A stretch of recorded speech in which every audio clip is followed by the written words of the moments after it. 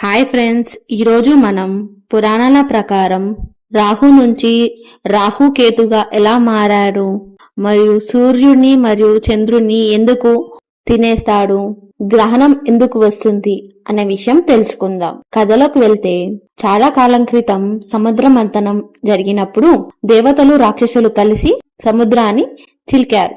ఎందుకంటే వాళ్ళకి అమృతం కావాలి. ఆ అమృతం తాగితే ఎప్పటికీ బతికే ఉంటారు. అయితే అమృతం వచ్చాక రాక్షసుల దేవతల మధ్య గొడవ అనేది మొదలైంది, అమృతం వాళ్ళకే అని చెప్పి. అప్పుడు విష్ణువు మోహిని అనే అందమైన అమ్మాయి వేషం వేసుకొని వచ్చాడు. రాక్షసులకు తెలియకుండా అమృతాన్ని దేవతలకు మాత్రమే ఇచ్చాడు.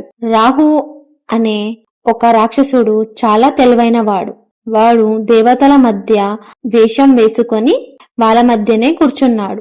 అమృతం తాగేద్దామని గ్లాసు పెదవుల దగ్గరికి తీసుకోగానే సూర్యుడు చంద్రుడు చూసేశారు. అయ్యో, రాక్షసుడు అమృతం తాగుతున్నాడు అని వెంటనే విష్ణుమూర్తికి చెప్పారు.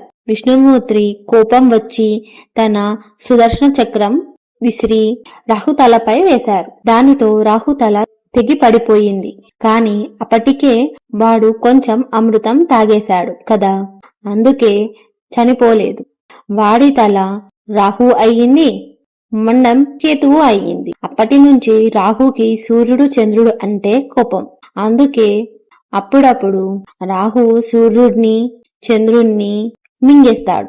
దానే మనం సూర్యగ్రహణం చంద్రగ్రహణం అంటాం. కాని వాడు వాళ్ళని పూర్తిగా మింగలేడు, కొద్దిసేపటికి మాత్రమే మింగగలడు. కొద్దిసేపటికి తర్వాత సూర్యుడు చంద్రుడు మళ్ళీ బయటకి వచ్చేస్తారు. అందుకే గ్రహణం కొద్దిసేపే ఉంటుంది.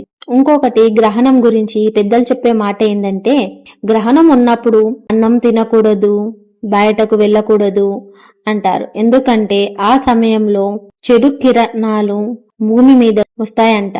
అవి మన ఆరోగ్యానికి మంచివి కాదు. ఈ కథ మీకు నచ్చితే గనుక లైక్ చేయండి మరియు షేర్ చేయండి. మరిన్ని దేవతల కథల కోసం సబ్స్క్రైబ్ చేయండి.